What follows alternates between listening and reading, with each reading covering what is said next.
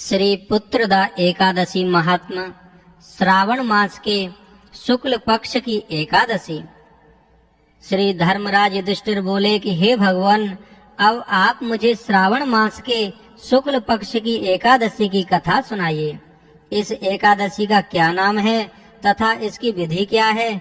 श्री मधुसूदन बोले कि हे राजन, अब आप शांति पूर्वक श्रावण मास के शुक्ल पक्ष की एकादशी की कथा सुनिए। इस कथा के श्रवण मात्र से ही वाजपेयी यज्ञ का फल मिलता है। द्वापर युग के प्रारंभ में महिष्मती नाम की नगरी थी। उस नगरी में महाजित नाम का एक राजा राज्य करता था। वह पुत्रहीन था, इसलिए वह सदैव दुखी रहता था। उसे वह राज्य कष्टदायक प्रतीत होता था, क्योंकि पुत्र के बिना इस लोक और परलोक दोनों में सुख नहीं है। राजा ने पुत्र की प्राप्ति के बहुत यत्न किए, परंतु वह निष्फल गए। जब वह राजा वृद्ध होने लगा तो उसकी चिंता भी बढ़ने लगी। एक दिन उसने प्रजा को संबोधन करके कहा कि ना तो मैंने अपने जीवन में पाप किया है और न अन्याय पूर्वक प्रजा से धन ही एकत्रित किया है। न मैंने कभी देवता और ब्राह्मणों को धन छीना है और न किसी की धरोहर ही मारी। मैंने प्रजा को सदैव पुत्र की तरह पाला है, कभी किसी से राग द्वेष नहीं किया, सबको समान माना। इस प्रकार धर्मयुक्त राज्य करने पर भी मैं इस समय महान दुख पा रहा हूँ। सो क्या कारण है? मेरी कुछ समझ में नहीं आ रहा है। राजा महिजित की इस बात को विचारने के लिए मंत्री आदि वन को गए। वहां वन में जाकर उन्होंने बड़े बड़े ऋषि मुनियों के दर्शन किए। उस स्थान पर वयोवृद्ध और धर्म के ज्ञाता महर्षि लोमस के पास गए। उन सबने जाकर उन महर्षि को यथा योग्य प्रणाम किया और उनके सम्मुख बैठ गए।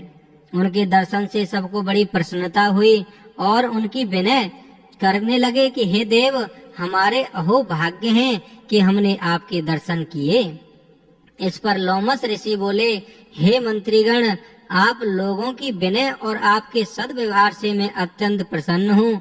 आप मुझे अपने आने का कारण बतलाइए। मैं आपके कार्य को अपनी शक्ति के अनुसार अवश्य ही करूँगा, क्योंकि हमारा शरीर ही परोपकार के लिए बना है। इसमें किंचित मात्र भी संदेह नहीं। लोमस ऋषि के ऐसे वचन सुनकर मंत्री बोले, हे महर्षि, आप हमारी समस्त बातों को जानने में परमपिता ब्रह्मा से भी अधिक हैं, अतः आप हमारे संदेह को दूर कीजिए। महिष्मती नाम की पुरी में महिजित नाम का एक धर्मात्मा राज्य करता है। वह प्रजा का पुत्र की तरह धर्म के अनुसार पालन करता है, परंतु फिर भी पुत्रहीन है। इससे वह अत्यंत दुखी रहता है। हम लोग उस राजा की प्रजा हैं, हम भी उसके दुख से दुखी हो रहे हैं, क्योंकि प्रजा का यह कर्तव्य है कि राजा के सुख में सुख माने और दुख में दुख माने। हमको उसके पुत्रहीन होने का भी अभी तक कारण प्रतीत नहीं हुआ, इससे हम आपके पास आए हैं। जब से हमने आपके दर्शन करे हैं, हमको पूर्ण रूप से विश्वास है कि हमारा कष्ट अवश्य ही दूर हो जाएगा, क्योंकि महान पुरुषों के दर्शन मात्र से ही प्रत्येक कार्य की सिद्धि हो जाती है। अतः अब आप हमको राजा के पुत्र होने का उपाय बतलाइए। इस पर लोमस ऋषि ने एक क्षण के लिए नेत्र बंद किए और राजा के पूर्व जन्मों का विचार करने लगे।